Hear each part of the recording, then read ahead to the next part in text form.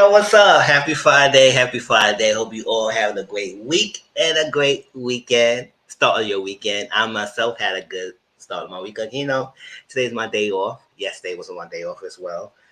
And we here doing Mr. Talks. We about to have some conversations about 3 shows, Couples Therapy, College Hill Celebrity Edition Season 3, and then Power Episode 3 for the current season. How's everyone doing? Ciao. Hope people come in and keep me company. If not, we'll go through this thing, call it a day, and call out. And we play game. Appreciate you. Make sure you hit that like button. If you joining in with me, make sure you hit that like button. Let me know how you feel about these episodes. And let's get into it. Y'all know schedule changed and everything. So I'm trying to do, trying to continue my routine. And here we go. So listen. We got some things to talk about. Hey, shine bright like a beautiful. Shine bright. I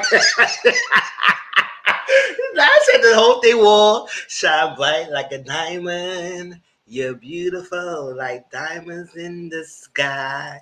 Shine like you're beautiful. What the hell I'm saying? Child, I was able to drink it and I'm messing that up. Listen, y'all. Yeah, I get my haircut yet. I get my haircut with it close to the Janet Jackson concert, July 10th. I can't wait.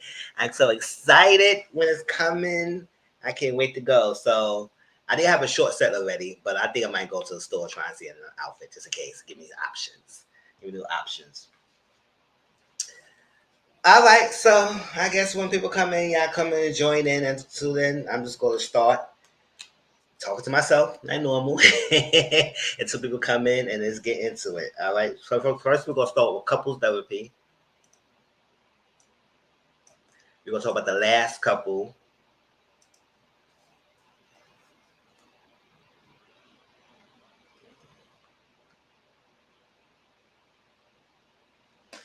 All right.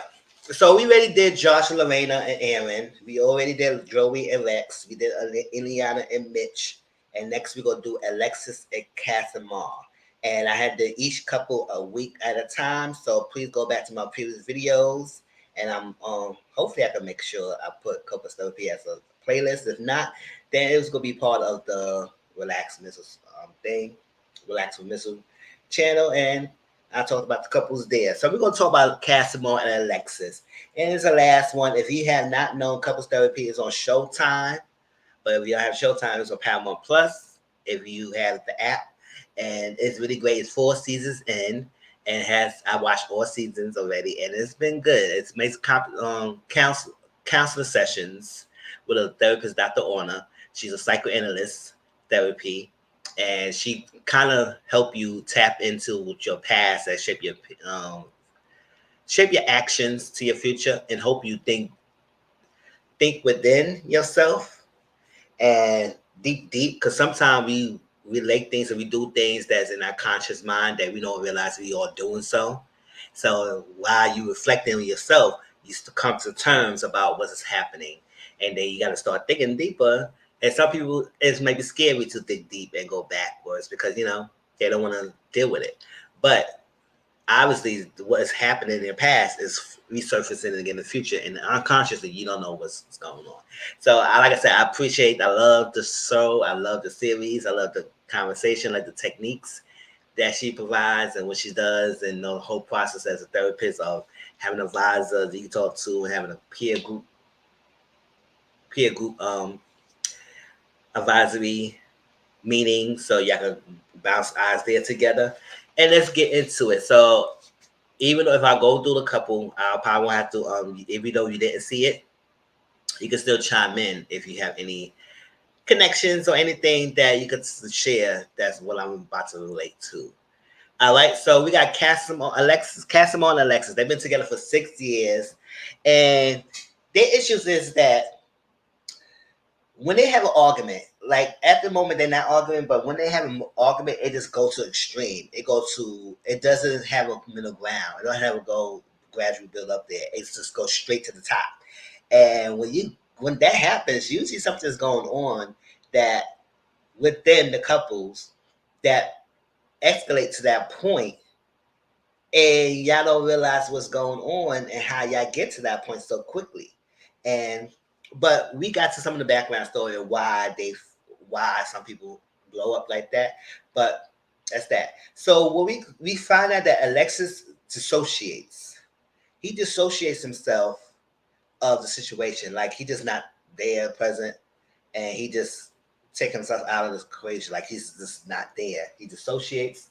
He go to another place, and that's kind of scary because when you go to another place and the person is interacting with you, you don't even realize what you're doing until they tell you what happened, and then you realize, oh, that what happened, and say yes. And so they've been in fights. It's been like the last past 3 months, and Casimir, no, Alexis has been excommunicated for the family.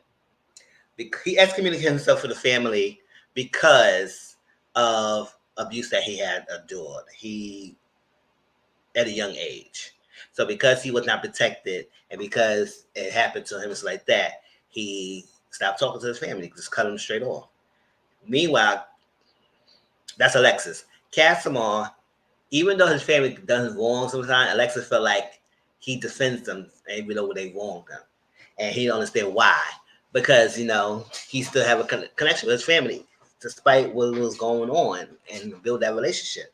Meanwhile, with Alexis, he doesn't have that. So he don't understand why Casimir still has some connections to his family.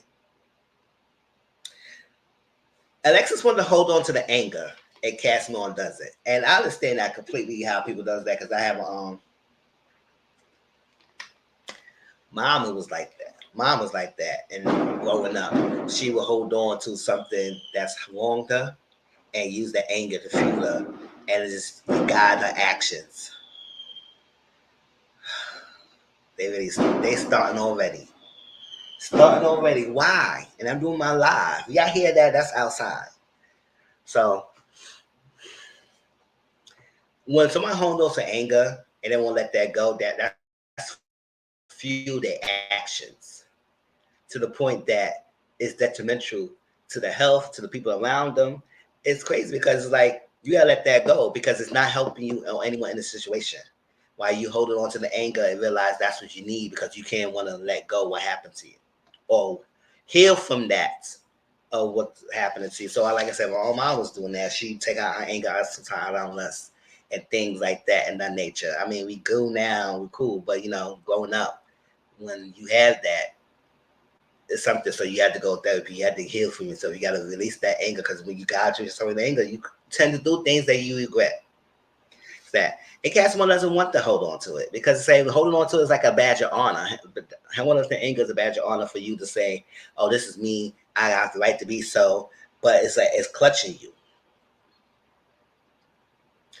But meanwhile, in the therapy session, Dr. Ono was trying to feel like she's trying to get close to Casimir, but she just feel like it's somebody. It was another entity in the room, and we kind of find out that Casimir has like two spirits, which is like Casimir, and then he got a Tallulah, who's like his always been there, like his alter ego, like his other half.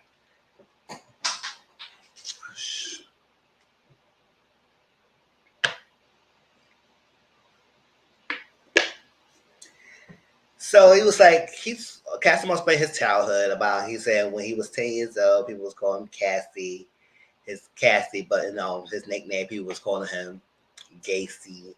So he had to defend himself really early. Like he had to really learn how to fight to defend himself in an early age because he getting teased on. And at 12, he became homeless, and that's sad as a young a child who just started before the teenage years getting homeless and had nothing where to go. So Alexis, on the other hand, he was raised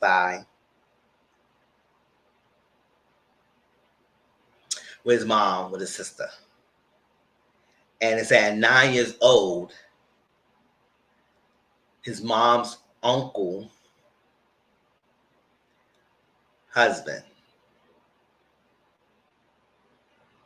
Yeah, his mom's uncle husband sexually abused them. essay him. And that's when his dissociating started, when he just out of body experience and he just not there. So to numb the pain, he started cutting, he was doing all the other stuff. And 11 years old, his aunt started noticing a change in him, but she confronted the mom, and the mom like cut her sister off because it's like, and when they cut it off, mom come physically abusive, and and it continued. It continued. It didn't stop because she didn't want to believe so. So because of that, he distanced himself. But I understand. It's like I understand how, and it's still happening to this day. People are so worried about other people, like people in the gay community, that they doing this stuff that, but it's within your own household that starts. Children getting touched, children getting SA at a young age, right under your nose, or if you do, or right under your nose if you don't know. But also, when you find out, you should not to do anything about that, and then you wonder why your children get older, mad at you, don't want to talk to you, damaged goods, hurt other people because they was hurt. They ain't getting their own healing. Nobody was there for them, and they just repeat the cycle and do something worse to their children, or the same to the children, or whatever. Or they've decided to break the cycle and do something different. However, when children get SA so early, it skews their views of sex and relationships and partnership and all that stuff. It confuses them. It skews their thinking. They may take the extreme. They may withdraw from it. They may get hypersexualized. It's a lot of things that people cope with. Sexual trauma happens from a young age, and him dissociate himself is as a result of that.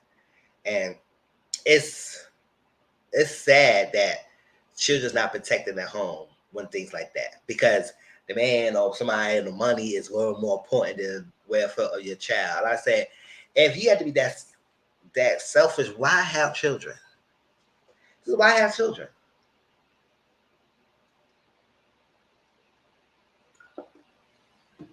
I don't get it. Why have children if you go do that? It is ridiculous. So he left me when he was 16 years old. The mom was telling him that he's not well. And so it's so funny how you say the child is not well. Child is messed up. When an adult who's supposed to know better did this to your child, but you put it on the child that he's not well. I understand why he would excommunicate his family, because I would probably have done that too.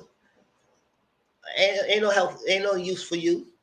It is no use for you to sit here, ask my parent to tell me that I am at fault and I'm not well of an adult doing something to me that they supposed to do. Instead of protecting me and do what we got to do to make sure that it never happen again, you banished the child, you messed up the child. So, and also another thing that sucks me when you people think that the child is making it up. Now, if you go to investigate and you realize you find out it is, then you deal with that then. But usually they not. And they just want someone just to believe them. That's the first step. Just someone to believe them. And that's the first thing, that's the first step. When somebody comes to you with this, disbelieve them. It goes a long way. You know how long that goes? Child, y'all don't realize. Just taking to believe someone goes a long way.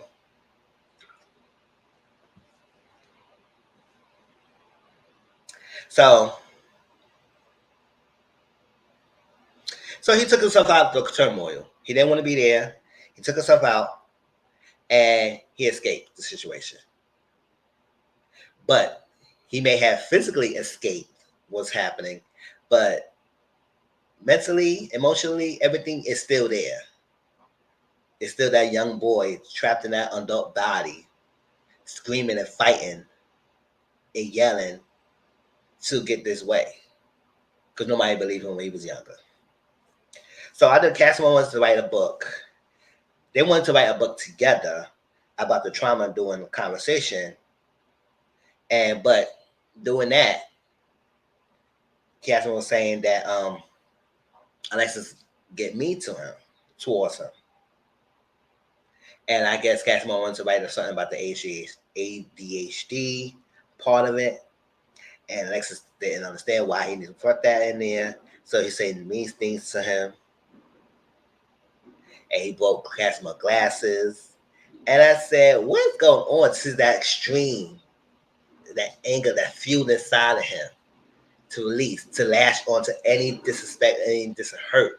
And even if it wasn't a direct hurt towards him, it's just the lashing out. That's not good. So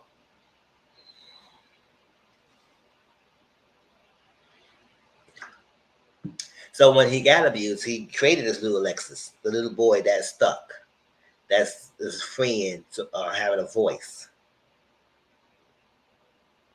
So when they do have these arguments, Casimir is in despair because Alexis switches up on him.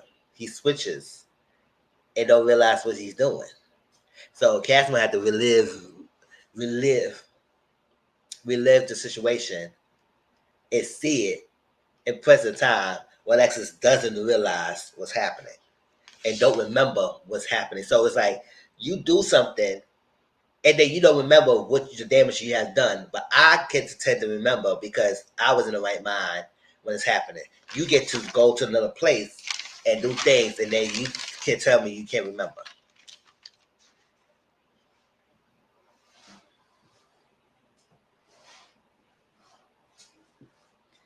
So I guess Casimir gets him to go to work. I guess he felt judged by Alexis. Alexis judged him a lot. So I think Casimir want the emotional support more from Alexis. And I guess Alexis, Casimir provides emotional support while Alexis provides the financial stability. Financial stability. And I think that's another thing that was supposed to a point of contention with their relationship of Alexis having the money or working and trying to use that control the relationship because those with the money tend to try to control how things go because they spend it.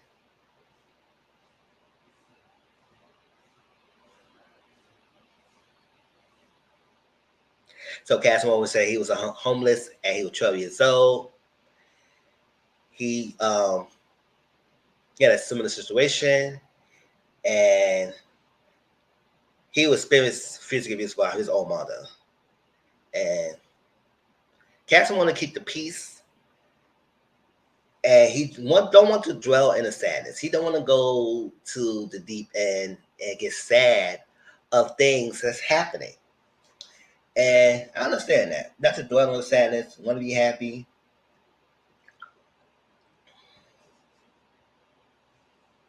So, in the point of his arguments, Alexis gets silent and he cuts people off. And Casimir, on the other hand, he trying to process his trauma, his childhood experience of physical abuse and stuff like that. And that's what he trying to go. He trying to heal from himself and process how this affected him. Well, Alexis, on the other hand, he just trying to block that out and think like it never happened or just. Now, I don't think he tried to block it out and everything. I think he's deep down trying to bury it and realize it doesn't affect him, but it actually does affect him because he never got the help that he needed. So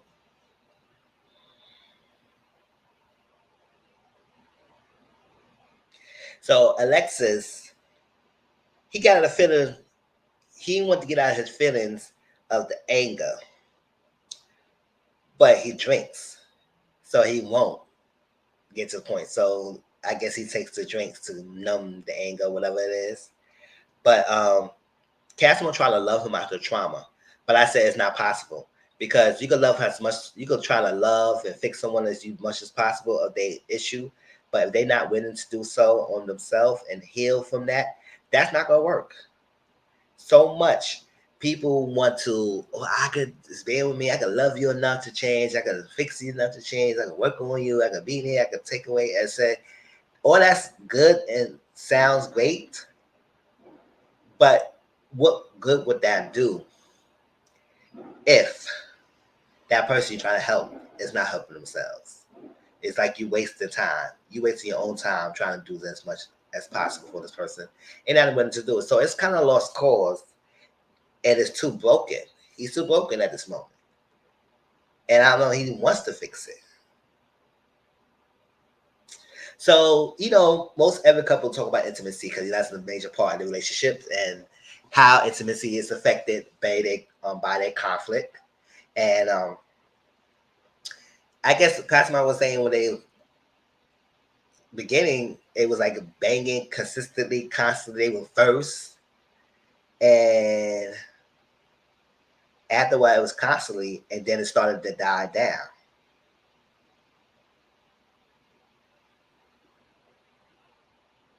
And but they don't talk about it. They don't talk why the sex hasn't been happening. It is not on the conversation, not on the table.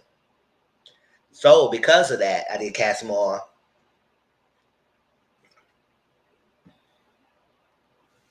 and cheated. I did Casimir cheated, and it's like he couldn't stop until Alexa found out. And I think they talked about their recent experience, sexual experience they had with each other, and they got triggered. Alexis got triggered, and I guess part of it is like based on the past, like the touching and all that stuff. It just kind of put him back to what he was at that point. So I guess it's kind of like really tricky, taboo, not taboo, but you could tell at periods of times it brings up his past that he's trying to avoid, and so it triggers him of not engaging in the sex as much that he can with a Casimir.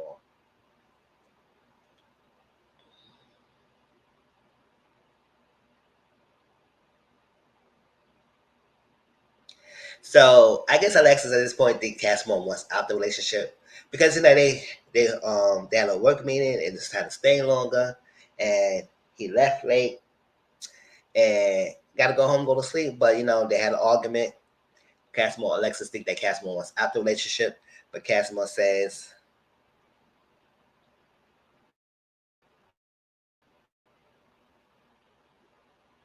so I guess like he said he wants out, and because Casimir feel like he said you keep putting me down, you keep judging me, you put me down because your name was on the lease, so you could get to do what you want to me in any way, shape, or form, threaten to like kick me out and everything, and he accepts it because you talk about it. They talk about his feelings.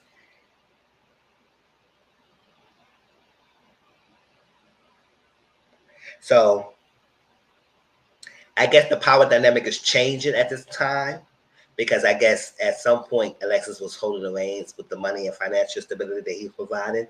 So he had this dynamic and then at least on his name of the over Casimir, but it seemed like it's changing. And with that change, it become difficult for people. It's like that.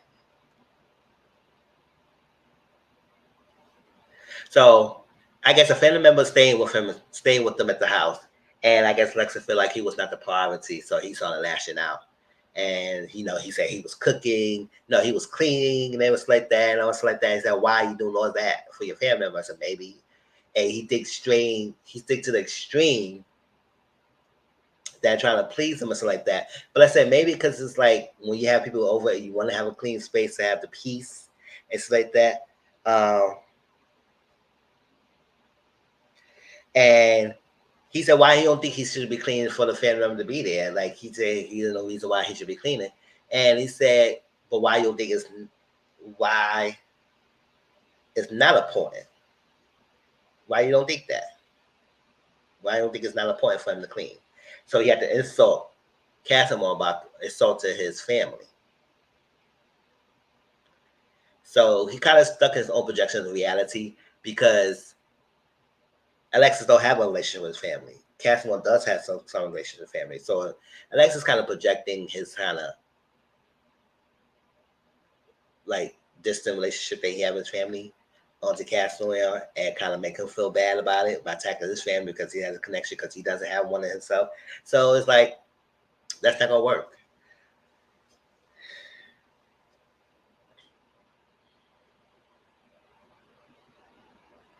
So I guess in Alexis' mind, he feel like controlling is safe to him. If he control the situation, it's safe for him to be because he didn't have that. It was taken away from him. So I feel like the sense of the more control that he has, the more safe that he gets. So, but it's not working for Cat Small. And Casimir had the lack of urgency. He being complacent of what's happening. For him to be complacent for so long and letting these slide, then it gives the green light for figure Alexis to continue what he doing, and that's that. And that cause issues. That will cause issue when you're not gonna say anything.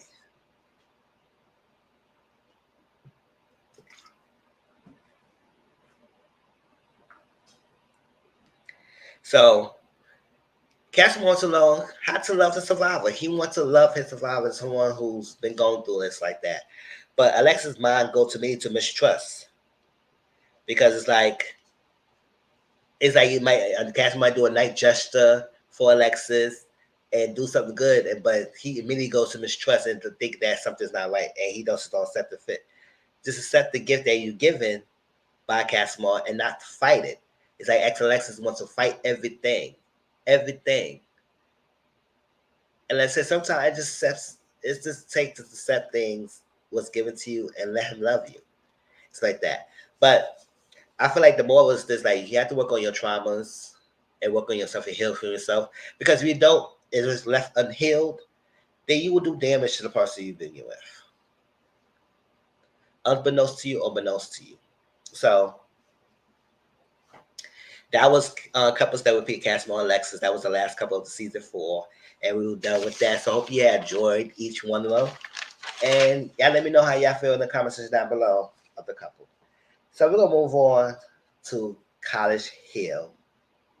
And I don't have the thumbnail for it. So next time we talk about it, I will have like a corner thumbnail of the College Hill.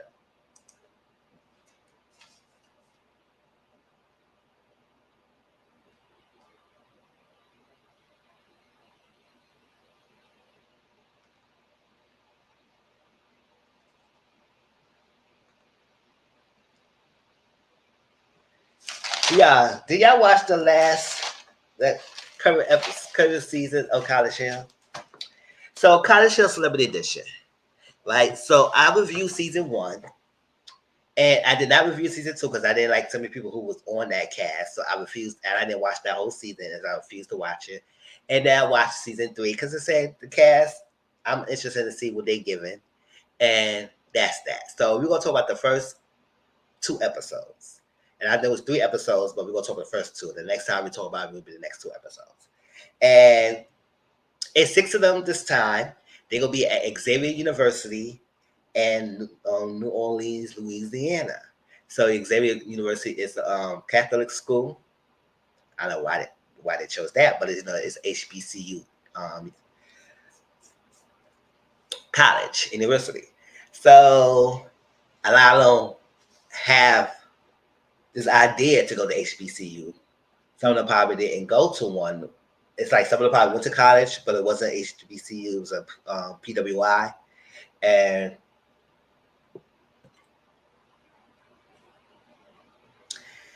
some of them probably didn't even get to college themselves, so they will enjoy the experience. So they get here, they have they do these courses, take classes. They at the end of the season, they will get a certificate of interdisciplinary studies, and the different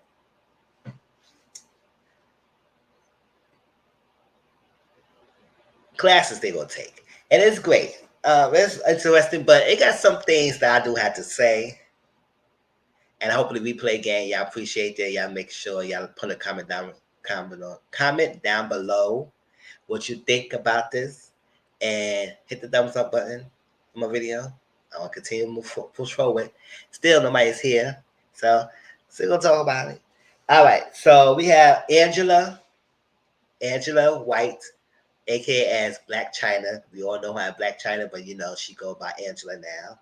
She trying to transform herself and not be the Black China that we all seen before. So, she didn't go to college because she said she was an exotic dancer and she was dancing and everything like that. So she didn't go to college. So now it's her chance to go to one and doing studies. Then we had Saucy Santana. Child, Santana is a bit much in the second season so far. The first two episodes, I was already annoyed with him and another person in this show, and we're gonna talk about it. But the antics, it was just ridiculous. It was too much, and I was annoyed. I was like, "Oh my god, can we not do this?" It's like, why are we here? And I don't like that the celebrity editions. I know they got College Hill Celebrity Edition, but are we gonna ever go back to the what College Hill was originally was? Regular college students get a reality TV show, showcase their life in college and their plans beyond college. Like we need to see that and the interaction in the house. I want that. Give people a chance to get them to be rising stars in the reality TV realm as regular college students. I don't want to keep seeing the celebrities. I don't know why they're not going back. Like it's been for years. Then they stop and they come back to reboot it for celebrities. I'm tired y'all always using celebrities for every freaking of show and celebrify the show to get ratings. Come on, stop that. They're trying to do that to Traders, and I'm just liking that. And Traders are one of my good shows. I love Traders. So, Saucy Tanner, the rapper, whatever. He went. He's at the high school. He just went straight to his craft of music and stuff like that. So he didn't really get to go to college. So this time, his chance to go to college to get his education, get his degree. And then Tamar, you know, we seen her. She said she went to college, but Bowie, I think all the students went to Bowie, but she just realized it's like they had anything about singing and may rise to stardom. So she said feel like that was something that she didn't want. So I guess she didn't finish or continue on with the college like her rest of the siblings did. So now she's going back to try to prove to them that she could do this. So that's that. Then we got Carlos Miller. Child. I get Carlos Miller for a while now. He's a comedian, like that. But I know one of my Mizzies say they like Carlos Miller, and that's that person's husband. But I'm gonna tell you right now, I'm not standing. I can't stand him this season. I can't. He's doing too much, and he'd be very disrespectful, especially when he was in that political science class. We will get to that in a minute. But I was like, what is wrong with this guy? Like, what is happening? What is happening? I didn't like it no bit, and I'm not standing this for now. I'm sorry, I can't. So sorry to the Mizzies who like Carlos Miller, but I'm not featuring him at this moment at all. Comedian, he went to go to college to be a role model to his son to show that because if he could do it, his son could do it, and everything else as well. So that's that. Then we got Claudia Jordan. She was from RHOA. She a talk show host. She does the TGIF, Fox Soul. She was a Queens of Cocktails. She does a lot of things as well. And she's producer, artist, everything. She said she went to college, but she didn't miss. She missed out the HBCU experience. So she went to experience that. And I said I went to predominantly my institution, and I had a good experience. But it would have been nice to if I ever attended to HBCU. Now I don't think I'll ever go back to school again, but it would have been nice to see it, experience that, had that whole experience in HBCU. But whatever. I had experience. I went to college. I did my thing, and that's what it is.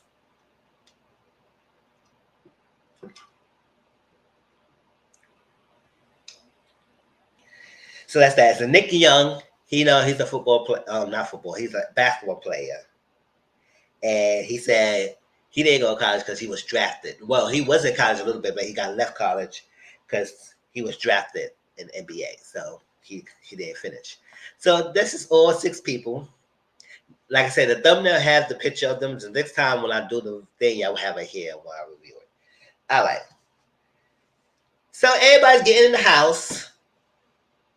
Everybody, the Saucy was there first, and then we got Angela came in second, and then we got other people that came in following suit.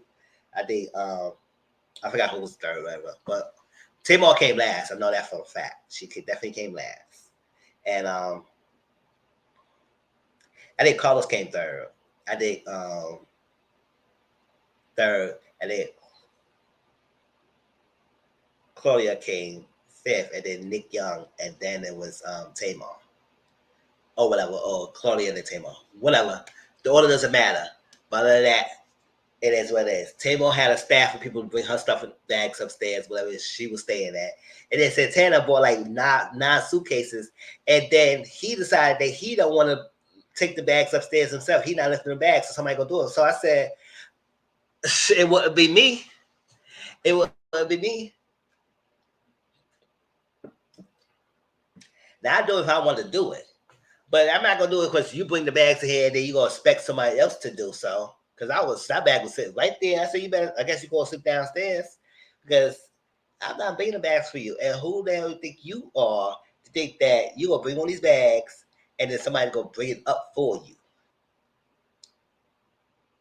I said, those bags will sit right there. I would sit right there looking at the bags and say, oh, I guess they gonna walk themselves because it's not happening. And I said, boy, why you just don't have a team like Tamar there and bring the bags upstairs? He's like, I'm not taking the bags upstairs. I'm not taking the bag. Everything. I said, okay, but you want everybody to think you're a boy? Well, she said he don't want to be a girl. But you're a boy, so lift your own bags. Don't do that. So, I guess Carlos said Nick helped them bring the bags upstairs. But I said, that's nice of them. But I said, child, please, Santana will be by himself, assed out, because that wouldn't be miserable. No. I would help out, but don't do that and don't even try to help yourself. Like, it was one thing that you bringing something back to yourself and you say you need help, but not to bring it upstairs and just let somebody else take it. Nah, Santana, that's stupid. I said they ain't could have did the Tamar route. Yeah, so orientation, like everybody try to get ready. They get in there early. Santana want to take a slow time. I said, he's going to get in my nerves this season. I can't. And those that are coming in, I'm talking about College Hill right now. I just finished a couple steps with College Hill, and they're going to do that power next. And he was upset because they left him. And I said, yeah, because we're not going to be waiting all the time for you to go to class of orientation. Like, come on, it's very important. You could have just get up with everybody else, get a thing, but no, you want to say, oh, they wait for me. They do this. I said, who is this? Like, I said, y'all don't try to make it cater to this guy at all. I said, boy, bye. Now he mad he got left. So he had to take the next van to the school. And when they got there, they didn't have the marching band, they had the singers, and it was cute. And it's a great orientation experience beginning the school year. And they had clubs activities. They went inside, they had clubs activities, and they, or I guess, signed up for some things they want to join on top of doing their classes. And I guess Nick Young, he's a basketball player, so his goal, he said he want to be a college coach. So hopefully he's working towards that. But he looked into that field of athletic department. Then Santana went to cheerleading section. It's like that. Because, I was a cheerleader in high school. But in college, I was a dance captain. So, and he got that. And then he got this freaking baby. They gave him, he saw the baby on a freaking cheerleading table. He saw it, he liked it. They said, oh, you want it? They gave it to him. And so he decided he would take it upon himself. He wanted to do this college experience by being a parent. It wasn't in a class assignment. He just took upon himself to do so. So everywhere he go, the baby's going with him and doing that extra stuff. I said, oh boy, God. Called the baby Bianca. So they sat down and they met with the principal, the president of the college, and the academic advisor. I don't get the names, not important, but they were doing interdisciplinary studies, and they had a lot of rules, like no drugs or alcohol allowed in the campus. They have a dress code, don't dress any provocative that would distract other people. They had kind of like many rules. It says Hannah say, oh, well, I had nobody go tell me what to do. Nobody gonna tell me what to do. I said, so why are you here? You do know you in college will get told what to do. Now, granted, you're not getting told when to wake up. Nobody's telling you have to attend class. Because if you don't attend class, you miss content. You're going to be messed up when it comes to midterms and finals, when majority of part of your grade or most of your grade is based on those two things. But whatever, you go ahead and do what you want to do, Santana. Nobody has to tell you what to do. Well, when you don't get those grades that you wanted, don't blame nobody else but you. College is a whole different ball game than high school. However, when think about it, you don't have classes every day like high school. But you might have classes like a couple hours each sessions. Some classes are hours, some classes 2 hours, some classes 3 hours. It depends, an hour and a half. So it depends. Chill. But you may have the class like Monday or Tuesday, or like not Monday, Tuesday, maybe Monday, Wednesday, or Tuesday, Thursday, or maybe once a week. So like that. So, or you may have Monday, Wednesday, Friday. So it's in between. It is not everything. So you have a lot of free time, but nobody gonna tell you what to do. But why are you here? Because you know you gotta do classes, you know you gotta do assignments, you know you gotta do homework, you gotta do a lot of other stuff. But okay, go Santana, you do what you want to do. So the first night out, the guys went to the basketball game, and you know, Nick Young and Santana, they came very cool, and at that so far. And then the girls went out to eat and drink, and this is where Angela talked about, aka Blac Chyna, talked about her transformation, how she want to be, how she wants to be now, how she trying to not just stay in her past, stuck in her past, and move forward, transforming to the Angela. She baptism. That's what she wanted when she did her birthday, and she trying to change herself. Now, you know, got 2 kids, try to better herself and do a lot of things. She's in a relationship. She has a new boo. So I said, okay, she's doing what she had to do. And I'm proud of her. I'm proud of that she was taking this change of what she was and how she is now. And it's going to be a lot. It's not going to be easy. But strong work and determination, it goes a long way. So power to her.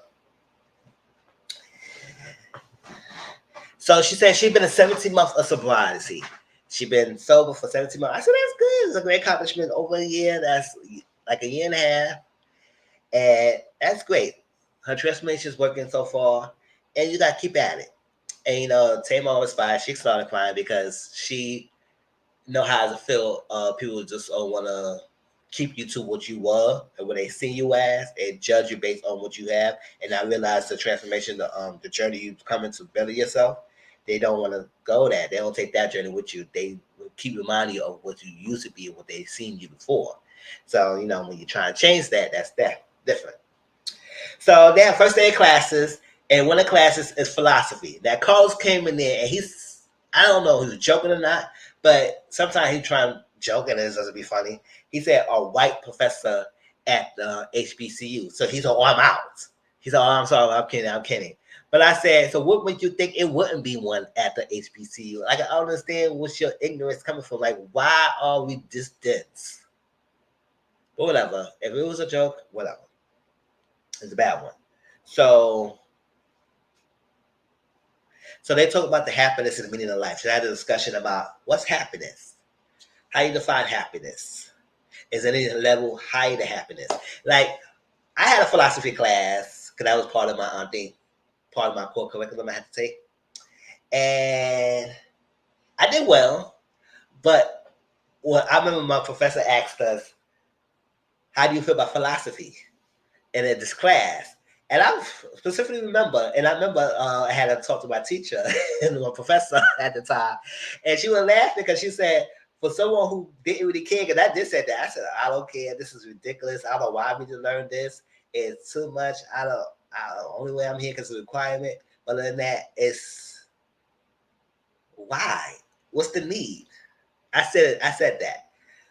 But yes, I had a paper, I think, and I think she's seen also like that. We had a conversation with her. I met with her in the office hours, and she was talking and she was laughing about it. And I said, "Yeah." I ain't gonna be fly about it. I said, "I don't know why," but she said, "For someone who don't really care for it, you do a really good job." I said, "Oh, thank you." But yes, other than that, it wasn't a bad class. I ain't gonna find it. It was great. It was a good experience to talk about things and dig deeper. find new meanings and different ways how to go about things, how people have different philosophy or different outlook, how to explain simple things that could become complex or complexities of abstracts ideas and find concrete ways to explain it. And so the meanings in pursuing happiness, happiness in the meaning of life, what did that mean to you? What that entails? What is happiness? It is at a higher degree than happiness. As the meaning of life to you. What is the meaning of life? What life is to you? How your life is defined. So that was good. I'm looking forward to see more of the philosophy class and see what else they talked about. But it was a good conversation. Now here go political science class. Ciao.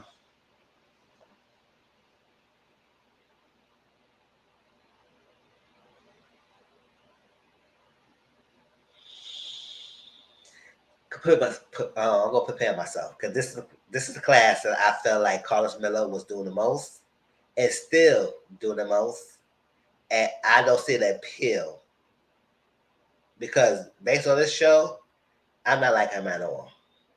I don't care how maybe nice looking he could be, whatever. He's not an ugly guy, but the attitude, maybe he's stuck in his ways. And his age, when you age in certain ways, nobody can change your mind no matter what. So it is what it is. So the assignment of the first class assignment was that they had to present a bill. It will be a 3-page assignment presenting a bill how to tackle homelessness. And you have to stand in front of the class and present this bill, or what can you do to address homelessness? And Carlos said it is not their problem. It's not their problem. So he said, what's their problem? And why it's not their problem? And then he was saying a lot of things. He said people in power have the ability to end homelessness right away. They can just press the position of power, make homes, do this, do that. It's position of power. And the professor was saying it affects all of us and everything. He said how people just drive past homeless every day and don't offer help or something like that. And it's a lot of process. And he said it affects all of us. And Carlos said, does it affect us? No, it doesn't. It doesn't affect all of us at all. So at this whole time, he was going back and forth with the people because the class kind of was over. And they continued to still have a conversation. The professor was still sitting there. Not sitting there. He's standing there listening to it. But the class was over. So they continued the conversation. And he said people in the position had power to do so. So I said, what exactly could do so? If it was that easy, it would have been that easy. It would have been that easy. But it's not that easy, though. But so they would say, what is your stance on homelessness, though? He said homelessness is a choice. You choose to be homeless. I wish some of y'all here to chat with me to talk about it, but it seems like nobody's here. But you choose to be homeless. And I said, oh, homeless is a choice. Okay. Not sometimes to be forced upon you out of your hands.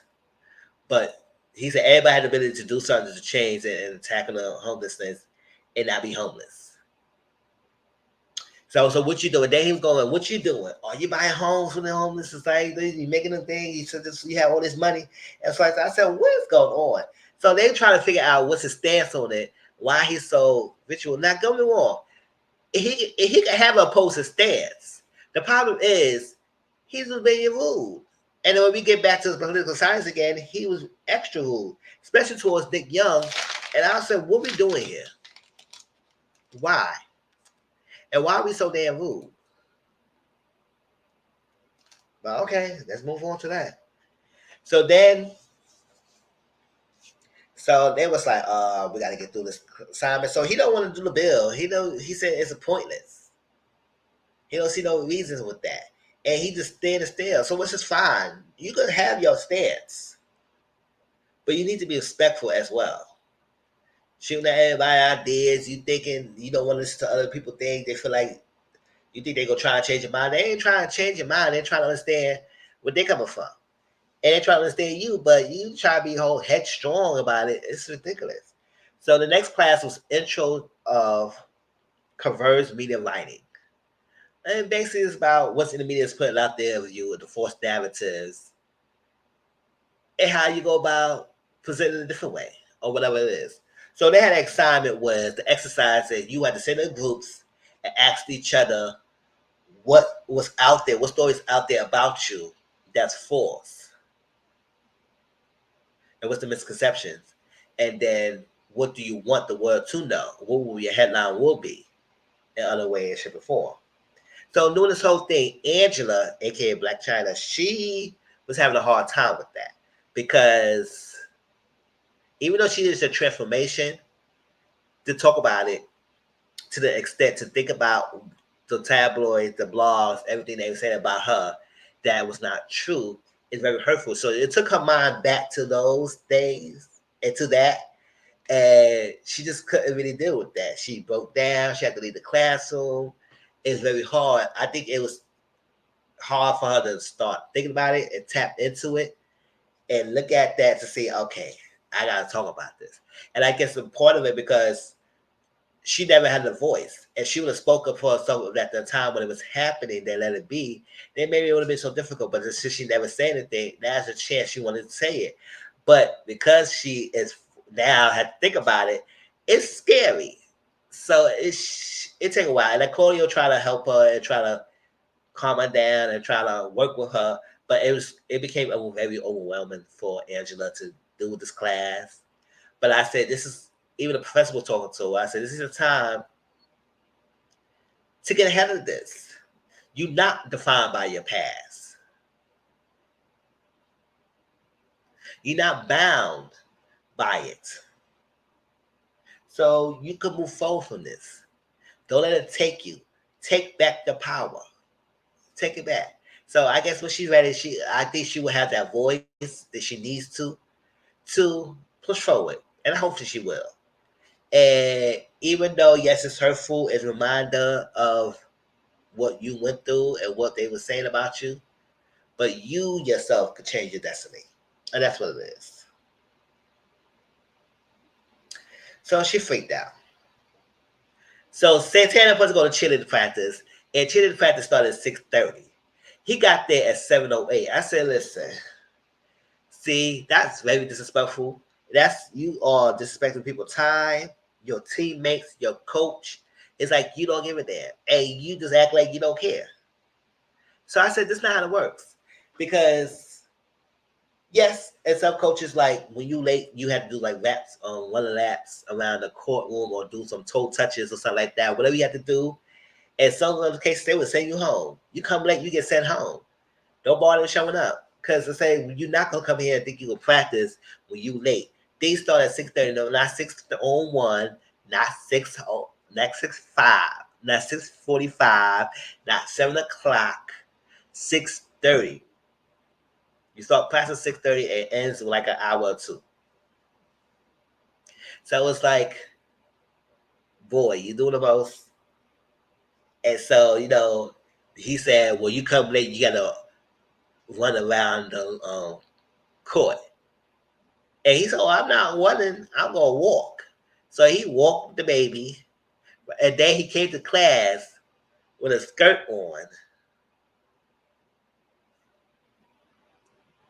And I had to mention, because he said the misconception that people had about him in the classroom that people think he wants to be a girl. And he said, no, he don't want to be a girl. He's an old boy, and he's comfortable, and he's happy being a boy. He's just a feminine. He just like to wear nails. He just like every now and then dresses feminine. But, that's what it is. He don't want to be a female. So I said, okay, the wore skirt, practice. At first, he was talking back to the professor, the coach, not professor, the coach. Talking about the coach, being just like going back and forth with them and trying to challenge the coach.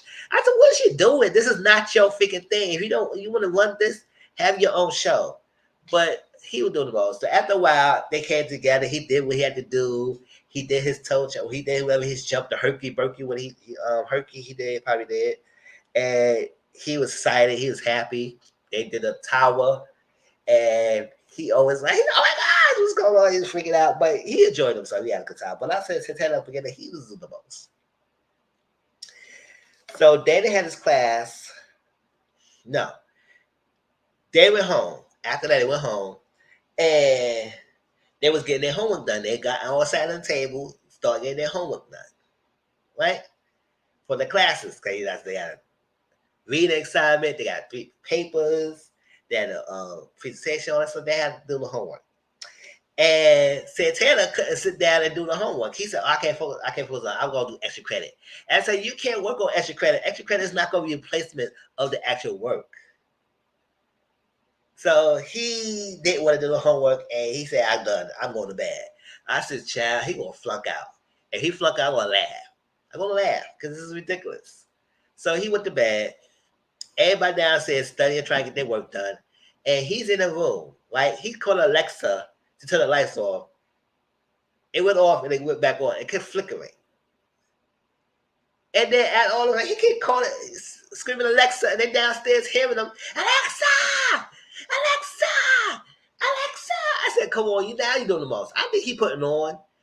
I don't know if that's really him, my boy. I think he putting on so much in his camera. This is ridiculous. Because ain't no way you be screaming like that at the top of your lungs in this freaking house like that. For her to turn the lights on. And then they go on now, you think it's, I'm already in Louisiana. And then you talk about the voodoo. I said, oh, child, the ignorance coming here. Or that's right that day. He called it Tamar. They scared. I was like, boy, child, get out of here. Now, we did find out that because of the rooms, I think 2 of the ladies share a room. I think Claudia have her own room, I believe. I think Angela and Tamar share a room. And Nick has his own room, and I get Carlos has his own room. And they was trying the boys share the room together. The boys said, nah, come on. Nick Young said he's so freaking tall, he can't live share the rooms. He need to have his own room, whatever, a bed long enough. And I get the one room had the bed long enough for him to sleep in. So they said, you know what's fine. And Tamar and something like at the end, she said, I'm not trying to argue with nobody. It is what it is. I said, oh, that's right, because we don't got time for rooms. So Tanner had his baby. He went to bed. Like, he thought his baby was in the bedroom. I said, no, you left the baby on the counter. He left the baby on the counter. So he left the baby on the counter and went to bed. Though the baby was with him. So Claudia and Carlos decided to play a prank on him and hit the baby up in a cabinet. With him saying, no, my dad doesn't love me. With a no. So the thing was funny. Next day, Santana flipped his casket. He didn't. He was not laughing. He was upset. Where's my baby? Where's my baby? Where's my baby? What's going on? He was mad. So Carlos didn't admit anything. They kept quiet. But it was like, this is like ridiculous. It's like, we would think he was going to be mad about it. So mad that he is not going to class. He's not even going to school because he can't find his baby. It ain't a real baby. It's a doll. And he was not part of the class. But I was like, boy, you do the most. Go ahead and go to school, but he refused to go to school at all. He was that tied to the baby that he refused to go to school because of it. So everybody left. He stayed home. He tried to figure it out. He eventually found the baby in the cabinet, and then he FaceTimed them when they was in school. Who the hell hit my baby? I was like that. Then all of a sudden, Nick also laughed and everything because I find it funny because he said one of the misconceptions people have was like he doesn't take things seriously. He always laugh, so like that, and he laughed. So since I think that Nick Young was the one who probably did it. Now there wasn't Nick who did it. It was Carlos and Claudia, but nobody was not to say nothing. Tamar said it wasn't me. Now Tamar understand. I get it. Yes, I do agree. Don't touch someone's personal belongings in the household and hide it. That's ridiculous. That's tacky. What are we? But Santana, you left the baby on the counter. You didn't have the baby on your bed. You left it on the counter. But still, that baby would have stayed on the counter because I don't even touching nothing. So at the end of the day, yes, it was a poor taste, whatever. But Santana didn't take it as a joke. And child, he was mad, man. So the last day they went to the last second day classes, they had a new class called Louisiana Unmasked. Learn about the history and the culture about behind Mardi Gras and the things in Louisiana. And they talked about the Zulu Club, the group that kind of like the foundation or the part of what Mardi Gras started and why it is today, and some of the history behind it.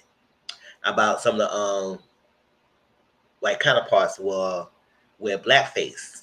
It's like that, and I know how that's like offensive, but at that time they would realize it's like it wasn't that much because it was a mask of not showing who your real identity is.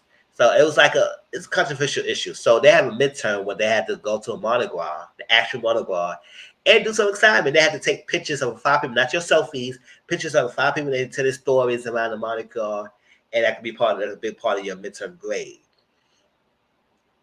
So I said, "Oh, okay." And they went back to political science class. So I guess he's still not up for this doing as a bill. So he said, "Listen, what we got to do here? Um, who got to pay to get an A up in here?" I said, "You know, that's not how it works." So then he could get very rude and disrespectful in the classroom. He was giving so much pushback to this homelessness stance that he's taking.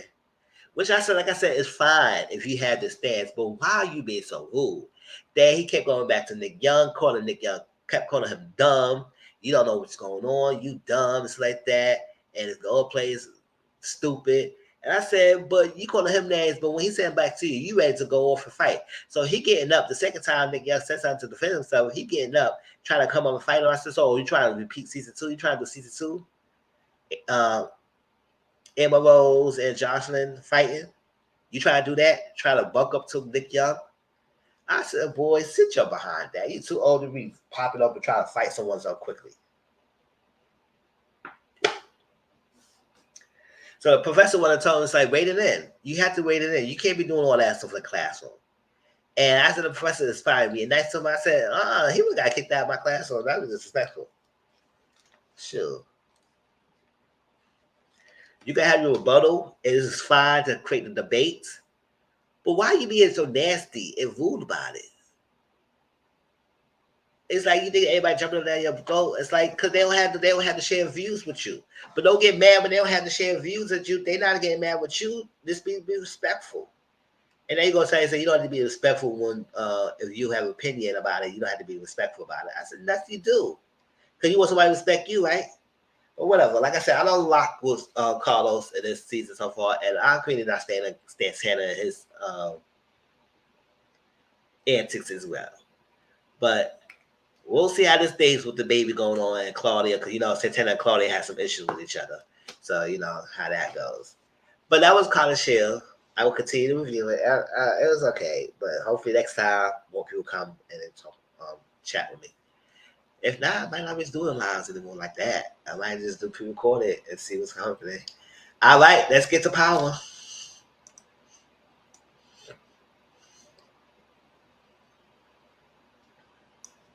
I don't have a dub that for power either, so.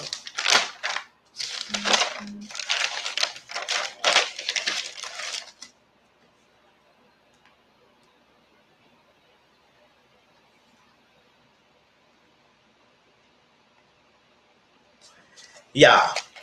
So power. This is a power episode that was last week. Birthright, episode 3. I didn't get to do a pre-recorded review of it because I didn't watch the episode till last night, and because I wasn't feeling like watching it early that weekend. Usually I watch it that first night when it come out and do my review up, and y'all will have it. The members will have it on Saturday. Everybody else will have it on Figure Monday.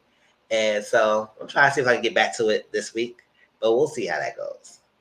All right. But let's get to it. I'm going to try to make this long and get off of here because, nobody's here. But hey, hope y'all enjoy it. All right. I don't like going in order. It is what it is. I just try to keep the storylines together. So let's get into it. And if I forget something or I miss something, y'all put it down in the comment section down below if I miss anything in this episode. But let's get into the Monet thing situation out the way. So Monet is still recovering. She's still recovering, and we have Monet and Tyreek met up with each other to Pinky, the person who like does some things, surveillance and background stuff on them, and when they did an update about Kate Egan, that's Thomas Egan's mother, went to the house, it was empty. So Monet really liked that because she said, "This is not the update I wanted. Next time you call me, want to have some updates that's special." It's like that. So Monet was upset that Norma texted her saying, "Don't show up for work."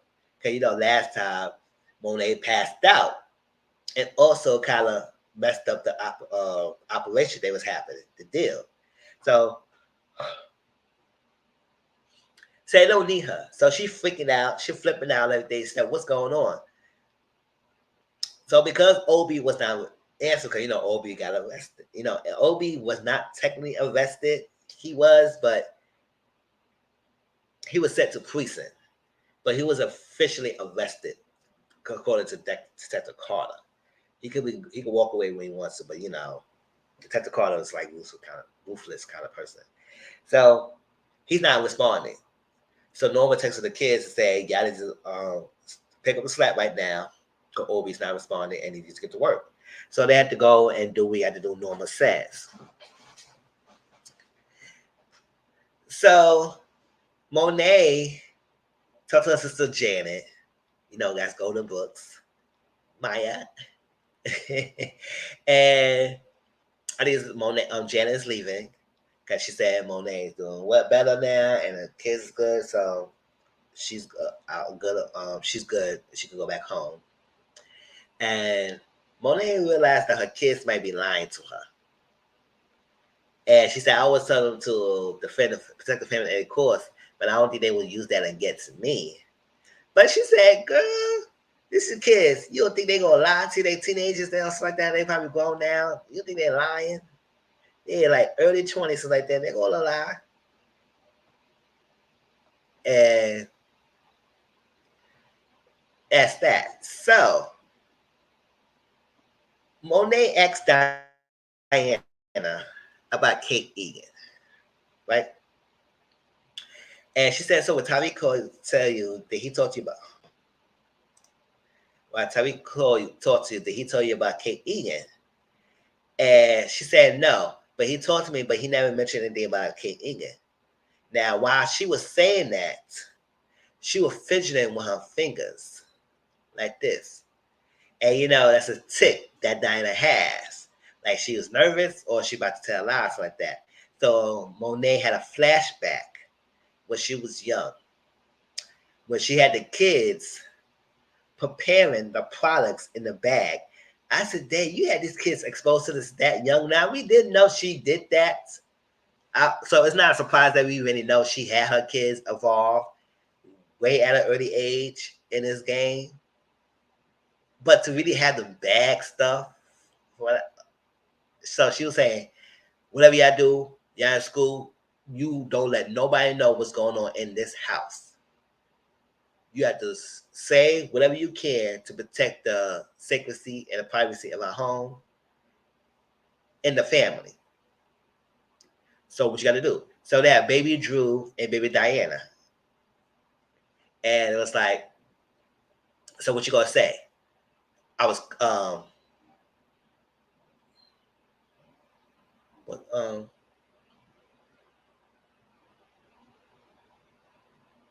Drew said something. I forgot what Drew said, but Diana said something about coloring the book.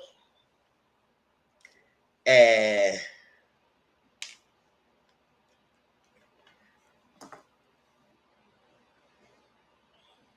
I think Drew said he was coloring. And so like that, whatever. He said he was coloring, and then son, Diana said something. And what they said, Diana did the same thing with her hands back then when she was young. And Monet said, "Stop fidgeting." It's like that. So that's the same thing Diana did. So Diana said, Ma, yeah, okay, who's Kate Egan?" So Monet said, "Oh, never mind." Now she started realizing kids not being truthful to her and holding something. And And it's not, I say, mothers know your kids ticks and thing like that when they lying, when they're nervous, and stuff like that. So it's good. It's great that she paid attention. She saw that happening. I said, "Oh, child, I never broke up that habit with the fidgeting and scared and nervous about things." So later on, this is close to the end of the episode, right? So Monet had the kids sit down for dinner, and Janet, because they were saying Janet's leaving. They had dinner. Drew and Kane always going back and forth and teasing each other. Monet had to tell them stop playing everything, and she wanted to tell her something. So Monet said she want to run her own business, and she want her kids to be working with her, but not as like subordinates, but as business partners. And Diana said, "I'm with you, I'm good, but I'm leaving as soon as we make a profit." She said, "That's fair, that's good." And then Drew and Kane both saying, "Nah, I got something to do because I think we going better when no more. So I don't think that's going down." So at this time, Pinky, he sent the video to Tyreek and he sent the video to Monet. Now Monet was not listening to the video at first. She wasn't answering the phone, and then she finally answered the phone, and she picked up and she saw the video. So Pinky got the surveillance footage of the camera to show that Diana was posing as her mom to give Tasha's address to Kate Inget, right? To compromise Tasha's whereabouts. It kind of got made Tyreek pissed because that was probably the reason why he was starting to do what he was supposed to do, but he was beat to it by his own mom doing so, and she left. So when they saw that, and she was pissed, she said, "Diana, what the fuck did you do?" And she saw the video of Diana doing something like that. We know Drew and Diana was in on it, so they know what's happening. But Kane didn't know. Because Kane was like, he trying to figure out who did this to the mom and they going to be dead or something like that. Not knowing that it was a setup. They were setting the mom up. So I was like, so Monet was coming at Diana. Diana said, "Sorry, mom, please. You got me excited." She's like, "Don't. Why you did that?" I was like, going off. And I said, Drew was protecting Diana. She said, "Drew, so you know this too? Fuck both of y'all." And I was like that. Oh my God. And she said, "Ah!" Just screaming. And then Kane run his dusty behind out there and almost shot up the car because Drew drove off. And I'll say, so you really gonna go war to war with your brothers and sister because they wanted to take out the mom? Now I'm gonna get granted. That's your mom. But at the same time, she did all y'all dirty. She not even trying to make you as freaking number one, Kane. She always gonna want Drew to be number one because Drew the smart. You the freaking brain. No, you the brawn. Drew got the smarts, the brain. And she was never gonna make you number one. So Monet was did you dirty just like she was doing the other kids dirty. And you probably don't understand why they probably want to do so. She set up and killed your father. But yeah, you gonna go after your brother and sister. I was like, really?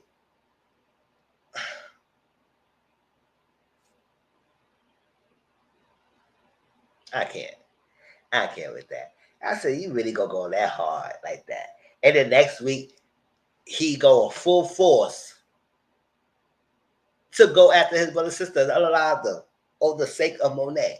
And even though I said, so when you gonna get off of your mother tits? Her dumb. Like, let it go. Now you gonna put yourself to be side number one to your mom's eye? What about it? She's only gonna use it because she get what she wants. So that's all the whole Monet thing. So we'll see how that goes. But I was like, can you figure? And y'all people who watch this replay, tell me how y'all feel. Because that was like stupid. That was really stupid. I couldn't with that. I said, oh, here we go with this. It's like it just amplified, it just amped up the antiques, it just went all over the place. I understand why Empress was saying that. One of my Mizzies saying that she had a love-hate relationship with the thing. Because it's like, no, what the direction going? It'd be good, and then it just sometimes don't make no sense. And I said, I don't understand what. I know he felt so strong about it, but why he didn't try to understand and try to go react so quickly to what it is. That's what it is. If he reacts to emotion so quickly, then what he needs to do. So let's go with this Norma angle before we go to Tariq Braden and Davis kind of scenario.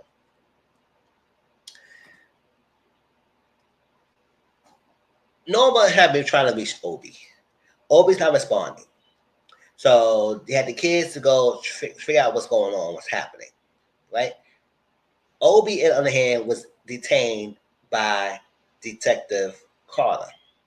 You know, that's Mike Eady's character. And he was getting questioned. Now, granted, I think Detective Carter really had nothing in the files. He was trying to shake him up and see if he was going to say something because you're trying to talk about this green cards, how he got the green cards to come in the thing and how so quickly it happened. It was a connection. Now, he realized that Councilman Tate was the connection of getting the green cards. But it's how you that close to Councilman Tate for you to get that happening. But we do know that Tariq will get Councilman Tate to do things in his behalf only when he gets it in return. He only do so as a barter system for him. So, you know, you got the green cards and everything, but it's just Tariq's a connection. But Obi said he doesn't know Tariq.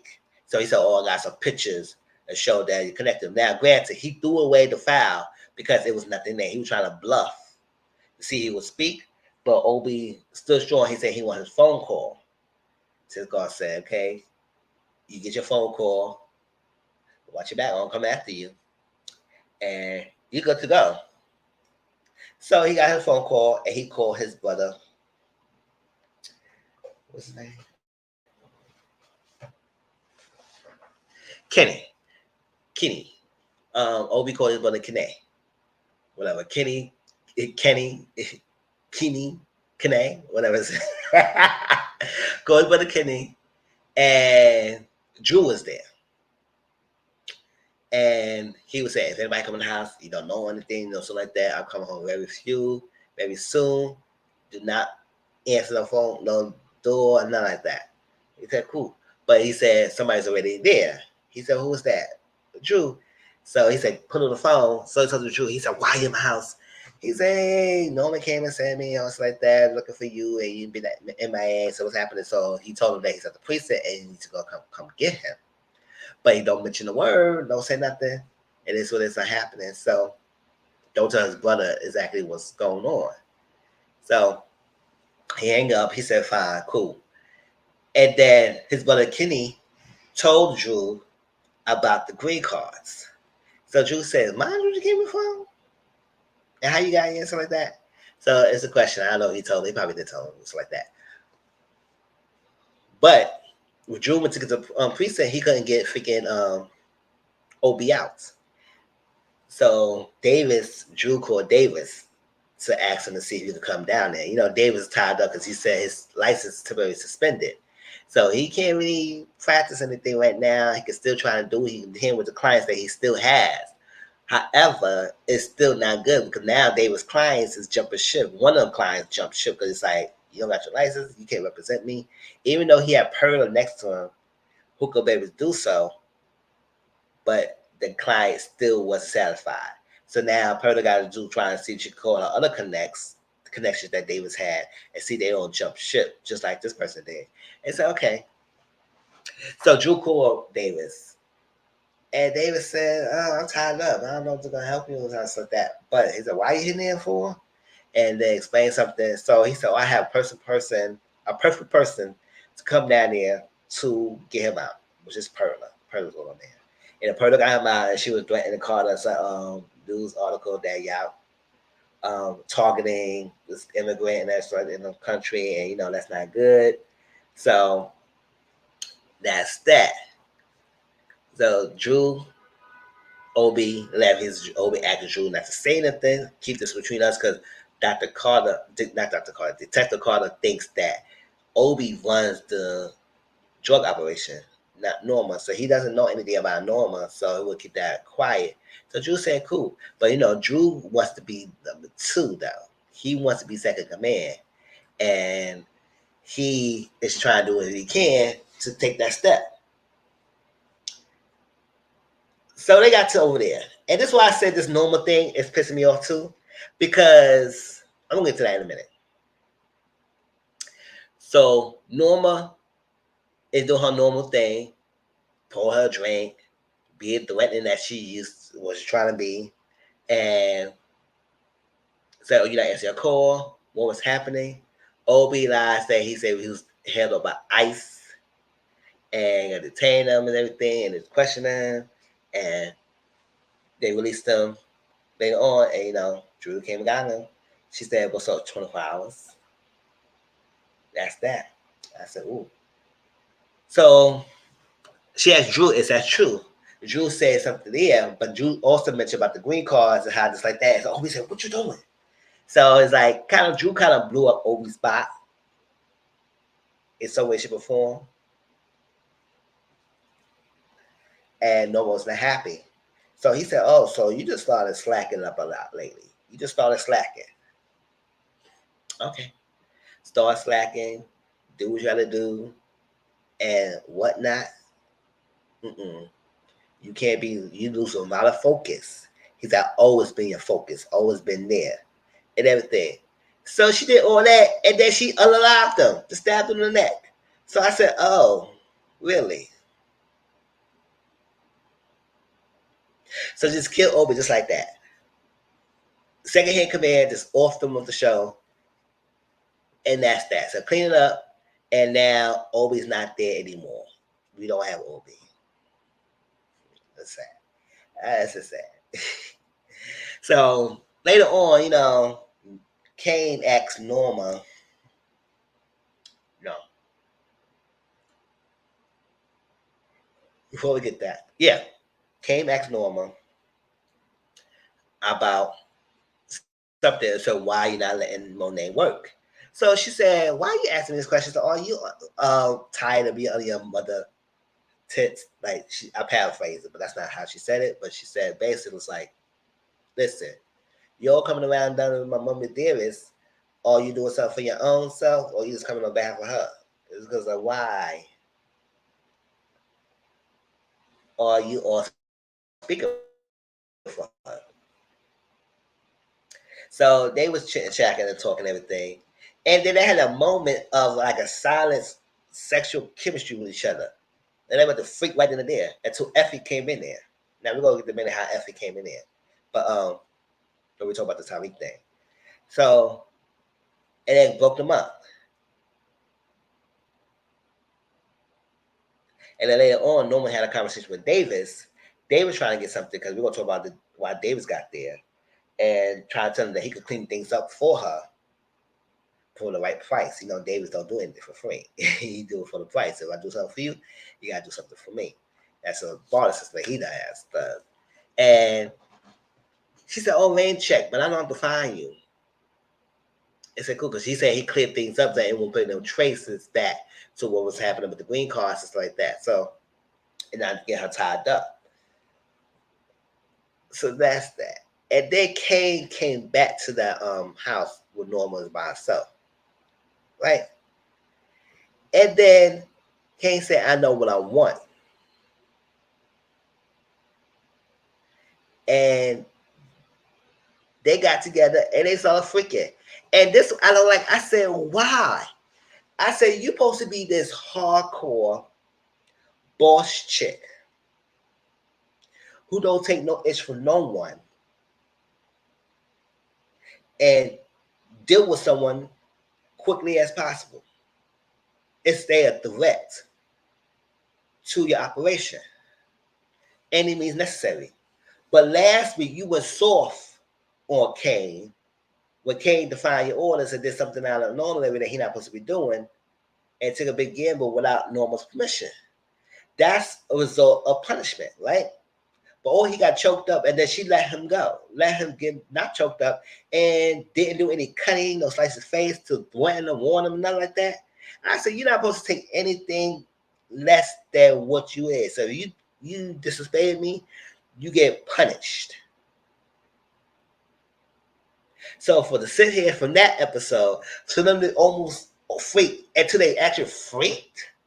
I said, but why do we need to have Norma faltered over Dick as someone who works for her?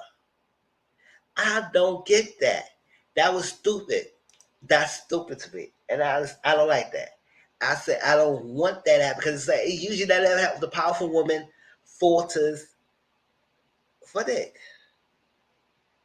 Now she can still be in a position of power, but it just kind of defeats the purpose of you threatening when you actually slept with one of your freaking people.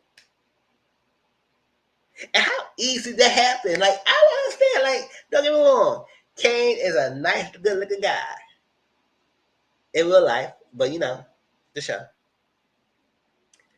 So charismatic, got the sex appeal, the bad boy. But you unalive Obi and then sleep with Kane. Like, what's up? And then you have your daughter. You freaked out because you want nobody not happen to her. The daughter said, you don't keep summoning me like you want to keep summoning me. Let's get what's happening? And she said, who are these people?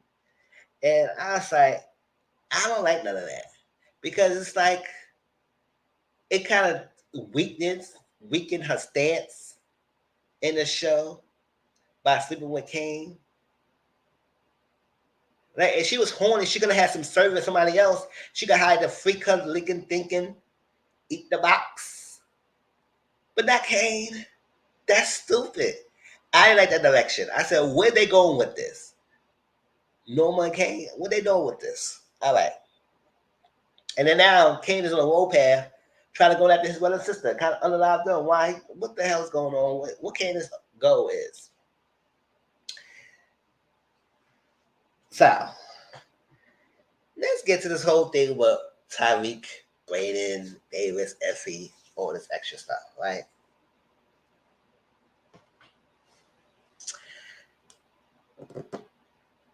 Tariq and Brayden are trying to find a connect. They're trying to find a new connect so they can sell being undetected. Because remember, he had called a truce with Norma, but Norma said, I better not see you catching, selling anything. Not even a cross drop. Or I'm going to get you behind. So then now he had to be extra careful. Him and Brayden had to be extra careful. Now, Tyree said, I want this live. We should have not did this at the end of the day. We could have been a normal kind of students, but this is messed up for me, B. All that stuff. All for him to say all that, to go back to that he want to sell when it's risky for him to do so and not trying to have the Tejadas and Norma finding out that he's selling. So I said, really?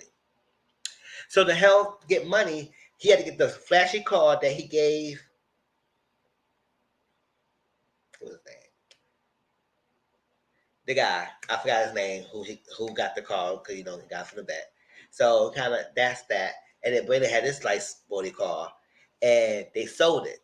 But the lady who came up, she said she had to deduct 10% of the scratches on it. He said, fine, whatever. They got the money, and that's that. Brady had to do one little goodbye to the car before he left. And then the lady was saying, what's going on? So Brady was telling Tariq, he said, listen, don't keep it in the dark. Let me know what's going on. We can't have no secrets. He said, no secrets. It's like that. And he had to go. That's when I mentioned that Tariq and Monet met up, and they talked to Pinky about the house being empty and there was no other updates. That's that. So he asked the money. Now he called Davis and asked Davis, do he know someone that's under the radar that we could push product without nobody knowing? And he said he knows someone, but he's not going to come cheap. Right? And he wants 20%. Now, Davis, with his license being temporary suspended, he didn't keep he had to keep afloat. So he got to get some money. It's like that because no clients, he got to have no money coming in. So he needs to keep doing desperate measures. So when he said he want 20% of a referral, he meant that. He said, yeah, you guys rip me off. What's going on? He said, well, I'm going to need it. So it is what it is. So Davis took Tariq and Brayden to meet with to me with this guy named Zion. Now we saw the supplier, the person who's supplying the products to different people to sell and everything. He saw it come out and then he kicked somebody out the room. So it's called after they had an underground fight club where people bet and everything and making money with the club and everything, but also they pushing products. So Davis took Zion. Zion came down and he said, "Oh, friend, and everything." So they went upstairs. I guess Tariq and Brandon had like about 12 stacks to give him to push product. And he said, "Oh, like you also, that's good." He said, "Hungry," but he just flipped the money off the table. He said the minimum is 15, and he knows Tariq because of his last name, because his father, Ghost, and he know his name. So it was like truthful. So he said, "Oh," and then you go try to get Brandon like your father got Tommy. I said, "Yeah, trying to be a similarity going on with here," and that's that. So he said, "Listen, get out of here." Whatever. But David said, "Listen, this is your best bet and nothing else. But you gotta do whatever you can and take for Zion to give you the products." That's that. So we saw that Tyreek Brady picked up the money, and then Tyreek took some of the product off the table, right? So his next plan of action, he was in class, so they was doing normal class, and they had an assignment that after Tyreek was looking at Effie, and Tyreek approached Effie. He said, "Listen, this is a product. Somebody put your products inside this. What you selling?" She said, "No, that's not mine." He said, "Well, someone's selling on your turf and everything, and I just want to let you know because it's not happening now." At this point, nobody know that Tyreek Brandon is trying to get back into the selling game. So you thinking that he was trying to let Effie know about somebody selling in their territory, which is Stansfield, the school. So get Effie that. So Effie came to Norma, and that's when we had Norma. Kane had that little thing going on with each other, and a little moment of weakness. And she told Norma about the product being pushed on the university, her turf. And she said, "Oh, we gotta take him out because we don't want nobody coming around. Gotta take that competition, right?" Now, this is the force lead that Tyreek did to Effie. Cause played like they wasn't selling in the turf at all. They were selling somewhere else. So they wasn't selling no school because Kane met one of the subordinates of the Roman, and Kane said, the guy said, "Stanford, we don't know about Stanford. We not selling around there, whatever." But he said, "Give me I didn't name or whatever the address of the person who's supplying, right? Or something gonna be happening to you."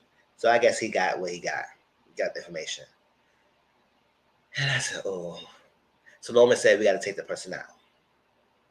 So Kane did what he had to do.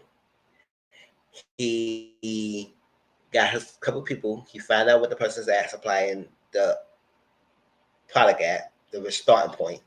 And he went over there and the people marched off the figure van, broke into that, and the product burned. So the precinct got call of like a drug turf war going on happening. And, Detective Carter is very headstrong on that, and he broke boundaries and guidelines that he could be able to cross lines to handle stuff like that, and that's not normally supposed to happen. But and he was also detective tape, and it was asking him about his brother Councilman Tate and his involvement in the green cards and OB and stuff like that. And the other detective in the room tried to be all balls and brows, getting all tough with freaking Detective Tate and everything. And he said, "Listen, we did the best as we can." It's like that. What's going on? So then they got the call, and Detective Tate said, "I'm coming with you." And Detective said, "Well, you gonna follow me no matter what anyway." If I said no, he said, "Yeah, damn right, I'm gonna go." Go. I said, "No, that's right. You come to my territory. You gonna take over, and I'm not gonna come there myself. Boy, bye. Let me finish what I started." So that's that. Took that. Now, Kane was wondering, about this product. Because he said he talked to one of the boys that they had no issue about. They had no idea that Stanford for Stanford. So you sure? He said, well, you did Tyreek lying. I said, it's not about me lying out. At the end of the day, why are you suppressed? Normal said take him out. You did with the job. It's done. I said, cool. And he said, oh, I don't think you try to fuck the bottom on the top person either. I see you. I ain't stupid. Try to F your way up to the top. Make your way to the top. Round and round.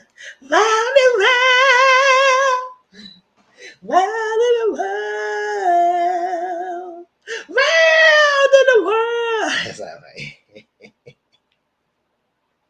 So I took him out. So now the supply is messed up and pissed that his product got burned to the ground. And so he's on the phone. He's upset, pissed off that his product got burned. And then the detective called her and Tate chased after them. And he's called and said something. The guy started running. So when he won, he started chasing them. And the detective case said, I ain't running after this guy. I'm going to come to the car and we're going to block him off. Cut off his means of egress. So Detective Carter kept chasing him. Detective came in the car, blocked him off, and then he tried to go to the gate, and Detective Carter got him, arrested him, and stuff like that. So that was happening.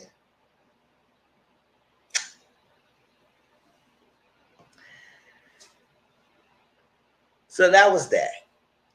Now Tyreek, for that to happen, that led to now that Zion supplier is not in a mix. He said, okay, cool. We're going to need you. But I think he said he need more money. He said 50K or 30K. I think he said 30K. And so, he have 15 and he needed 15 more, 50K, whatever money it was, he needed more money to connect with Zion to be part of his product. So Tyreek and Dave was talking and said, okay, we do something that we can work together. That I gave him one. And he said the reason why he would continue doing it, because he said, listen, you can just let it be. Why are you pushing so hard for this? He said, I'm not going to let these people make the choice for me. They made the choice for me. They forced me into this. It's not the choice that I made. Because I said, boy, you can just let it go. You done. But he said he didn't like that they forced him into this. If the decision he made, it'd be fine. But nah, I'm not going to let no one go to force make me a decision that I didn't make myself. So I'm going to take every one of them out. He done. And then he says, it's something there for Davis too. If he down. Davis said, oh, I'm listening. That's what Davis went to go see Norma and try to see if he could get at least get hired for him to clear things up for her. Because, when you're in this operation, you need to clear things up. So when the government try to push around, the FBI trying to push around, the FBI or the government, anything try to sniff around, they can't find anything tie you into any illegalities. So that was happening. So she said, "Man, check. I don't know to find you." So then we get Brayden, right? Brayden's sister Becca, she's freaking out. I guess she couldn't be in a dorm anymore because the family name is not on the plaque. So she got to get moved out. She's freaking out. She's high. Brayden couldn't really help her that much because he's strapped with cash, but he could help her out. She said, oh, whatever. Now, Tyreek and Brayden had a little moment of going back and forth because I said, Tyreek, you aggravating me. Because I said, boy, at the end of the day, you have to be careful. If Norma and Tyler ever find out y'all doing something, y'all dead. So you need to stop acting like you fear this thing and you got everything under control, because if you had everything control, now this stuff would blow up on you. For you, run for your life. Who's on the run? I'm carry on a run, and long as I'm next to you. But it's like you're on the run. So do all that exercise. So he said, stop being a cat. I'm scared of cat. I said, you should be scared a little bit. You should be. Because it's harder now. It's not like you was when it was acceptable. You got to be watching. You got to watch. So Tyreek, some act like you just fear this guy and you got everything under control. and you push your Brandon so damn hard, let Brandon be where he breathe. If you think you got everything under control, whatever. So now they got to figure out if they get in with Zion. Now they got to figure out how would they push the product without anybody being noticed, or at least Dorman not noticing. And also Detective Carter, because Detective Carter is kind of hungry too. So he coming after Tariq. So it's like, listen, be careful with him too. You don't have to deal with Norman. You got to deal with this Detective Carter as well.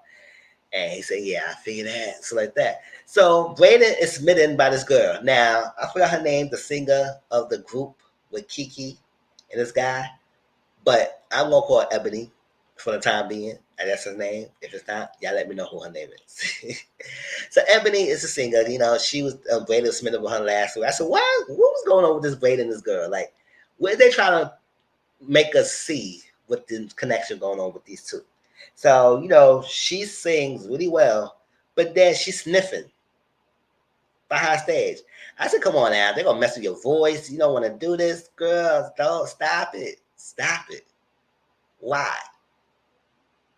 Learn from this. So she's talking. Brayden, the king say, damn, you got to figure, girl, you got a groupie already, and you ain't even got stardom yet. Brayden, Brayden is so freaking watching her. I said, what's going on? So he talking to her. Because that last time, because she talked to him and she wanted a product and he wasn't pushing her, and she said, oh, well, I can't help you. You can't help me if you don't got nothing. So this time she had something, and she talking to him just right in the open. I said, so we just gonna sniff like that. Just sniff and talking, just that quickly, just like that. Okay. And so Brayden said he's stressed out. A lot of this going on. She said, oh, you sound like you just sniff. I said, so peer pressure is that strong. It is so easy for you, Brayden, to just go sniff the product. I said, don't do it. I was yelling at my computer screen. I said, David, don't do it, Dusty behind. Don't do it. And he sniffed.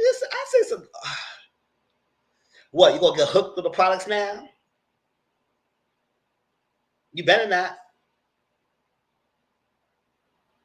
I said, so we couldn't say no? It was so quick and so easy, so no hesitation. You just went along to it. Now I get it. High school, college, you may experiment with drugs, alcohol, whatever you want to do. But I don't know, it couldn't be me because I'm a strong willed person. I don't smoke no cigarettes, never smoke no weed, don't do no drugs. The only thing I could drink every now and then, none of that. Look to eat. But you ain't gonna make me over sniffing the sunlight in my nose for him to know. I said goodbye. You that good, but you ain't that good. And it just happened so quickly. So it's like, okay. So they performing again. And Tyler said, why are you staring at us so hard? Said, but now he realized he has an idea how he's pushing it. I said, so he said, you see this going on? It said as much as not, it's been hot commodity over there. Right? While they're performing. So what you could do is that maybe if we let people know this is the hottest thing, they would come and we could throw parties and then we could sell there under skies or something, whatever they'll do. Like do something like under skies, like course correct and everything. But I would say, but why we are going to the route of be doing it in the school when the same territory as Norma is selling her products on? That's a stupid idea to do so. But we'll see how they're playing this. He said it seemed like it's simply legit, and Tyreek seemed like he liked the idea. They're gonna talk more from that. But I said,